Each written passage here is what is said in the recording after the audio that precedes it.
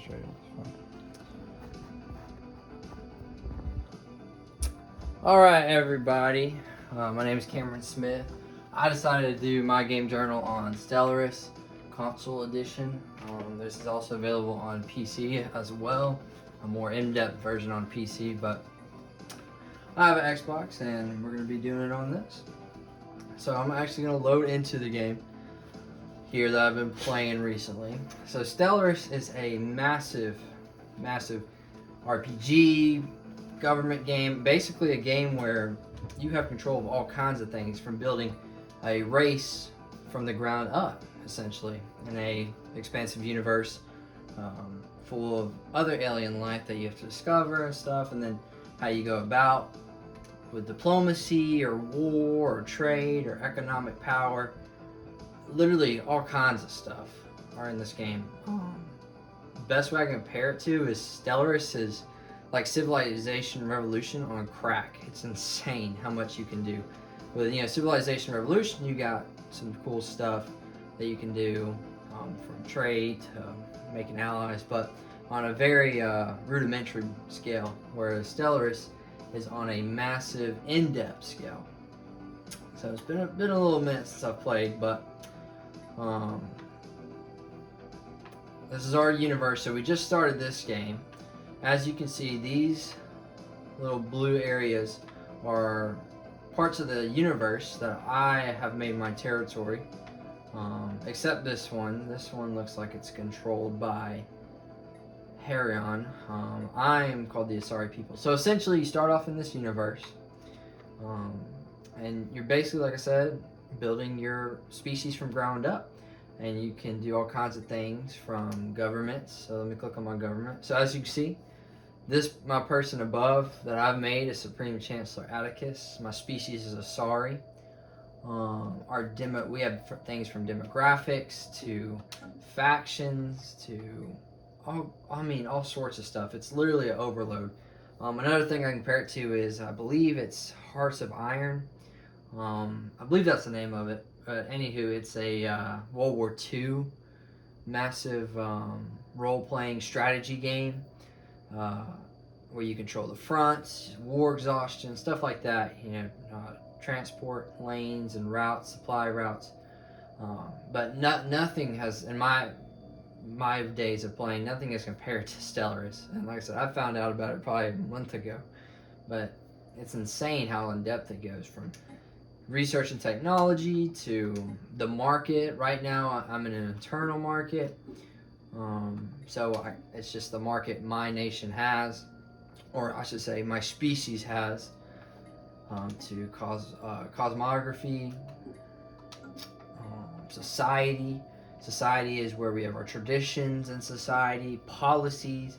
We got policies from diplomatic stance all the way to first contact protocol, to refugees, even how we deal with refugees. Some options we have is no refugees at all.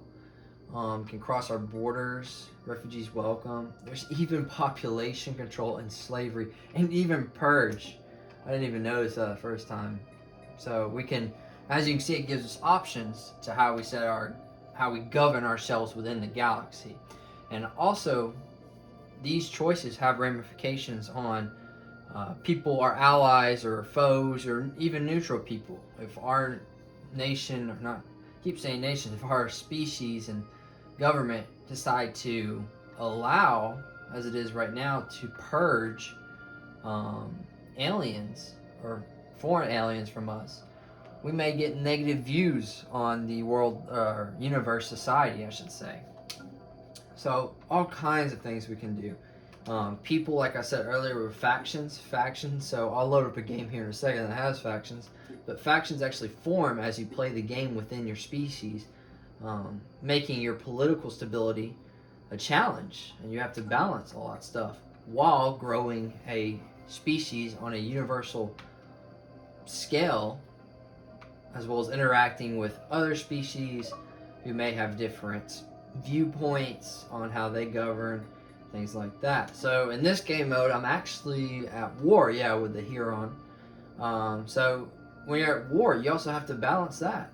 And it's funny because it actually gives you the war names and stuff. It's so immersive. The game is just so immersive. So the war we're fighting is the unhinged, brutal Great War, and it even tells you, when it started. You got war exhaustion. So my war exhaustion is at 7%, and that is because of attrition. It breaks it down into attrition, space battles, ground battles, destruction, occupation, all that kind of stuff. So it's really the most in-depth game I've ever played. In-depth strategy and simulation game from the ground up. So let's see, I believe I have another game mode where I'm more into the universe.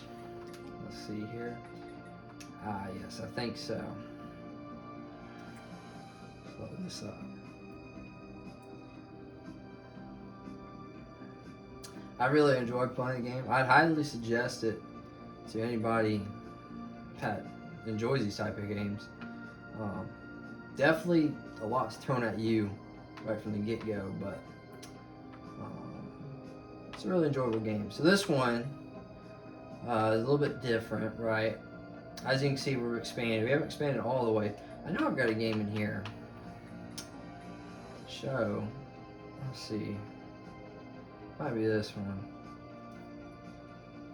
where I played a bunch, but no, it's a really interesting game, and I think games like Civilization Revolution, Hearts of Iron, all that have played a real big part into games like Stellaris. All right, so here you go. This is a game of a save I've played for a while. So as you can see, this is my territory, right? The Asari, and we are currently, I think we're dictatorship.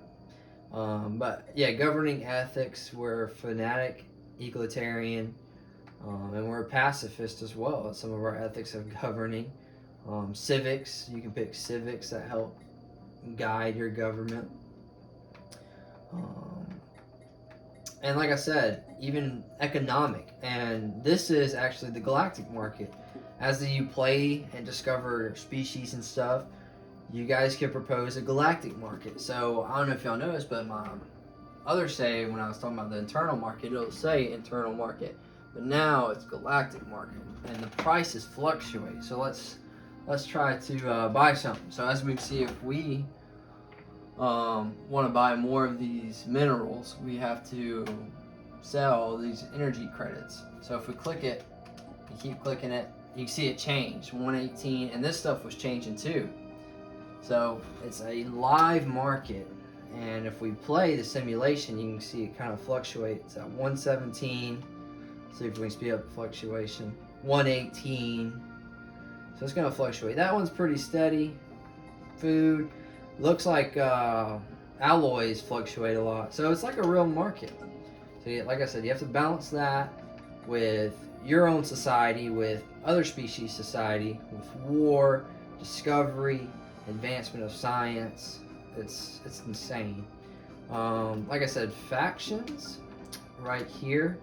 So factions that have formed in this game under my society is like the Patriotic Vanguard, Noble Privilege Vanguard, Internal Strength Coalition, and all of them have different objectives. For example, the Internal Strength Coalition is a isolationist factions desire isolation, seeking to have as few dealings. So they're talking about just isolationist diplomacy, stuff like that. Whereas the Patriotic Vanguard is an imperialist faction, and they want aggressive diplomacy, conquest, I mean, all kinds of stuff. And you have to balance all that. And you have people in your society, scientists that help research and advance your technology, as well as discover things in the universe, admirals that command large star fleets, and generals that command ground units. So it's all just insane. And then, like I said, you also have to manage your planets while doing this. And thankfully there's a pause button, but you have to manage your planets. So like I have all these planets that I own, and I have to manage them real time as if they're a real planet. As you can see, they have a little red fist. That means there's something going on here. Yeah, so there's no jobs on this planet, so I have to fix that. I think there was one planet that had a lot of problems.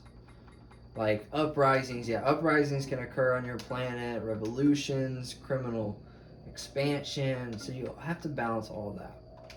I think it's a real immersive strategy and simulation and RPG game, as you're role playing a leader of an entire species making key decisions.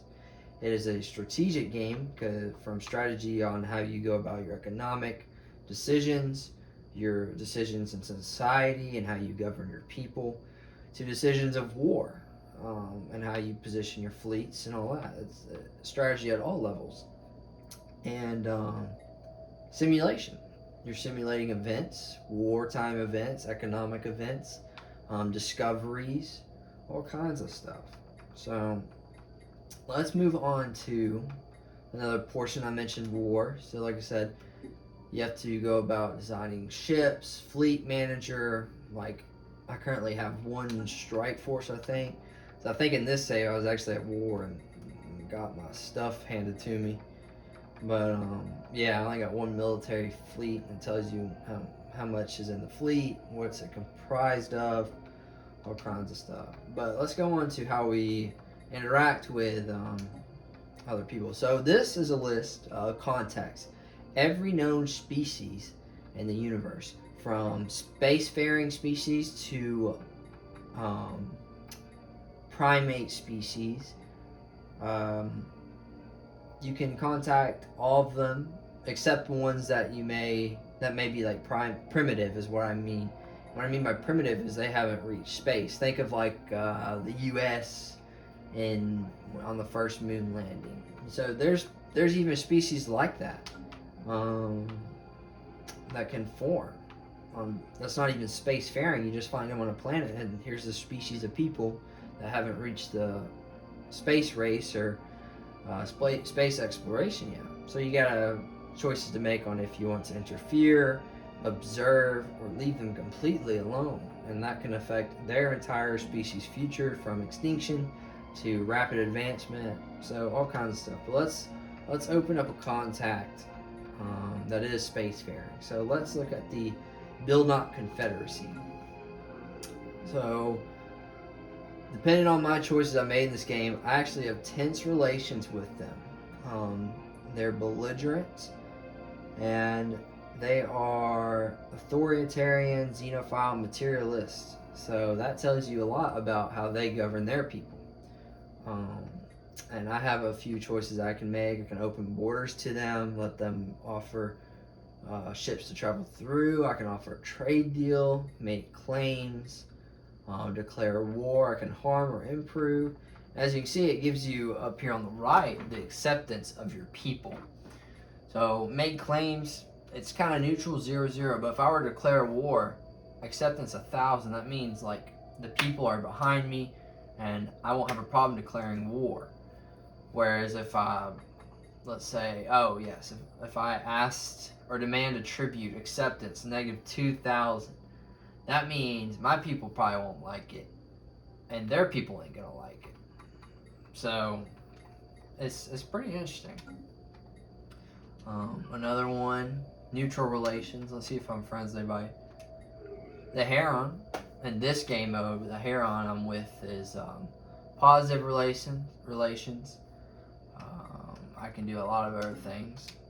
I can even form a federation. I'm not in a federation, but I believe there is federations that other species are in. And then another thing, I think of it kind of like Star Wars, the Galactic Senate. Here's the Galactic Community, where species of all the nations that have decided to be part of the Galactic Community, which I think is everybody, in this game mode, you vote on issues and laws and all that kind of stuff. So there's actually, it's almost like the real thing, a real simulation of events. And you vote on these laws or policies that govern the entire universe. And yeah, it's It's a really interesting game. I think it's a very strong simulation, strategic, and has elements of RPG, but highly recommend it to everybody. It's a really good game. I've enjoyed it. Like I said, it's kind of hard to understand at first, but once you get the hang of it, you get hooked. So I appreciate y'all watching my playthrough of it, and thank you very much.